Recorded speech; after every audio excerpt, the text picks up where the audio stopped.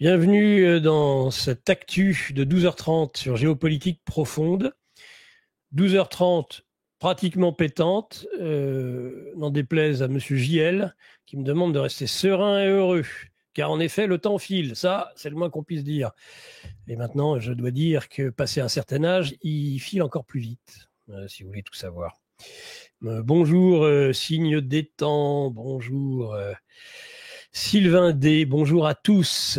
Vous êtes donc dans cette actu de 12h30 sur GPTV et nous allons parler du conflit entre l'Iran et Israël. On va essayer de le décortiquer, de le décrypter, ce sujet, parce qu'il il pourrait avoir des conséquences extrêmement lourdes.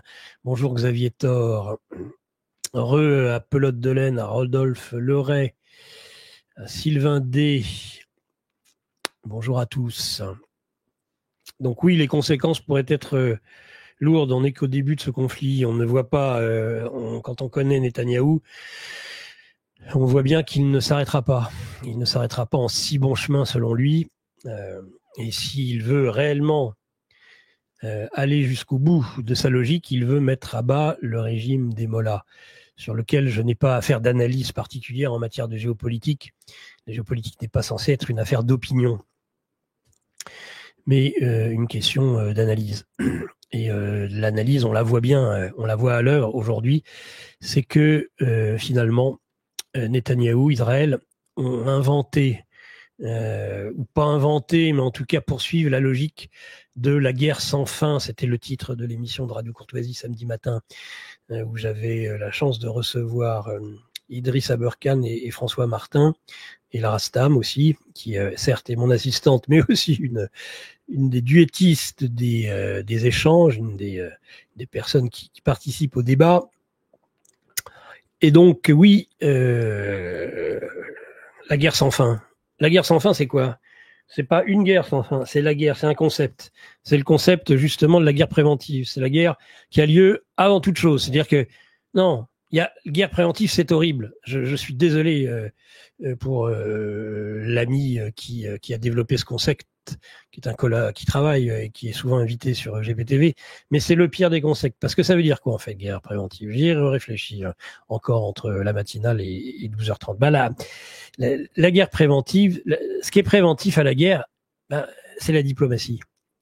C'est la diplomatie. Il faut échanger, il faut se parler, faire le contraire de ce qu'ont fait les Européens, par exemple, en Ukraine. Et donc, échanger, essayer de trouver des solutions, serrer des problèmes, évidemment, bien les identifier, bien les poser. Pour le coup, là, ça se met sur la table, ça, justement. Et puis, eh bien, on s'assied autour d'une table et on essaie de trouver des solutions. Au lieu de ça, nous avons des sanctions économiques, financières, qui sont parmi les éléments les plus détestables. On n'est pas loin du crime de guerre, parfois, ou du crime... il ne faut pas mettre non plus du crime contre l'humanité à toutes les sauces, mais en tout cas, ça peut être considéré comme un crime. Un crime diplomatique ou un crime de guerre. Pourquoi ? Parce que ça permet d'affamer les populations, ça permet d'essayer de les faire retomber à l'âge de pierre. C'est briser le développement, et chaque pays a un droit, droit au développement.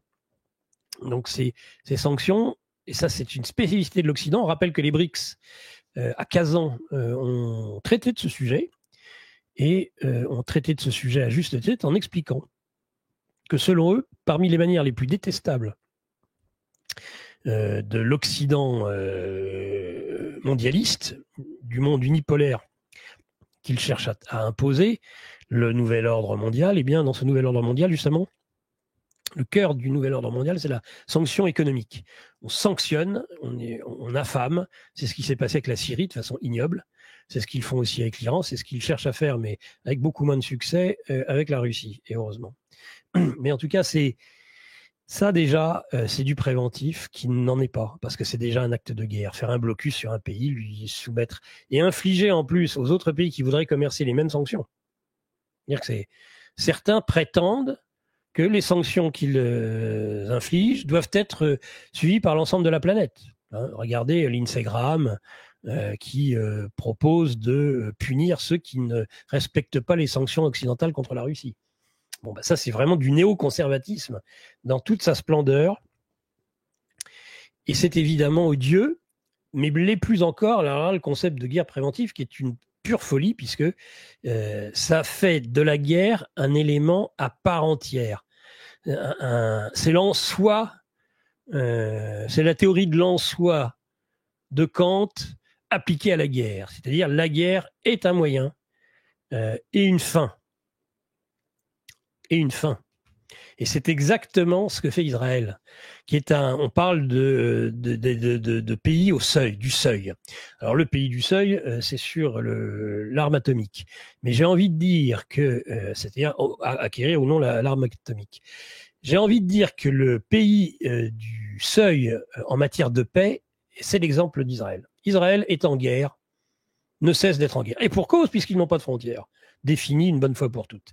Un pays qui n'a pas de frontières définies une fois pour toutes est nécessairement agresseur de ses voisins.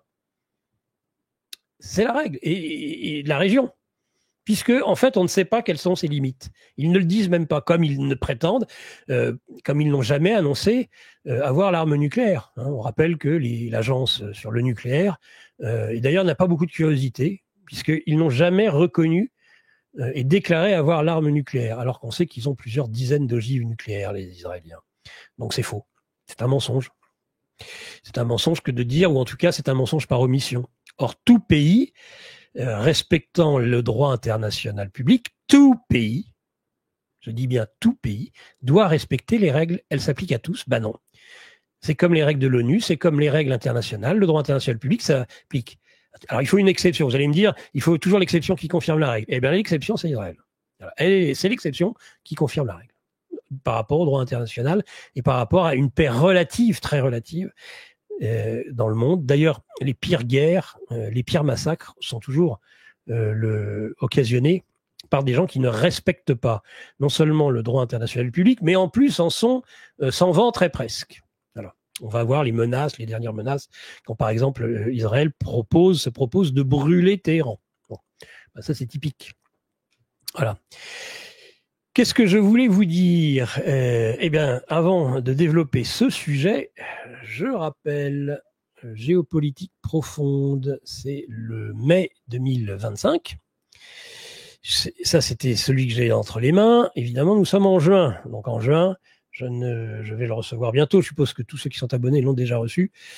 Je vais le recevoir bientôt et pouvoir vous le montrer et le lire aussi, surtout le lire.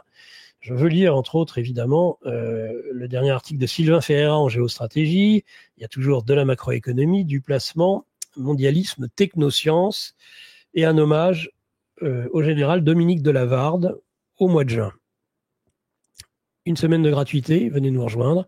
Dans sa version papier comme numérique, vous accédez ainsi à des formations en ligne en matière de décentralisation financière. Voilà pour la revue.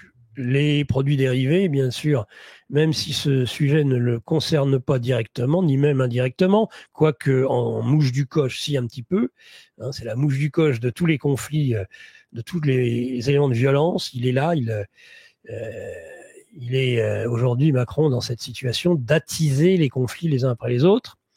Montjoie Saint-Denis à bas la Macronie, évidemment, c'est le MOG GPTV. Il y a le MOG générique GPTV, il y a il ne faut pas avoir peur. Et puis, vous avez évidemment les casquettes, les t-shirts. Non, Macron, je n'irai pas en Ukraine.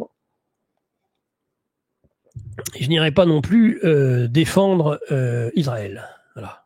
Puisqu'on rappelle quand même qu'en bon petit toutou des néoconservateurs, le même Macron, les mêmes barreaux qui s'apprêtaient à reconnaître un État palestinien, eh bien, sont parmi les pays menacés aujourd'hui par l'Iran de représailles parce qu'ils, non seulement ils ne font rien pour éviter la guerre, mais en plus de ça, ils se sont proposés sur les éléments défensifs d'Israël. Voilà. Donc, vous voyez, un petit peu, je dirais que la vérité, c'est toujours pareil, hein, on le dit toujours, quelqu'un, vous déjeunez avec lui, vous dînez avec lui, oh, mais quelle charmante compagnie. Et puis c'est dans la tension, c'est dans la difficulté, c'est dans le conflit qu'on voit à qui on a réellement affaire. C'est pas sur un, ça va aussi peut-être pour les relations de couple. Attention, le dîner aux chandelles ne dit pas tout sur l'autre qui est en face de vous.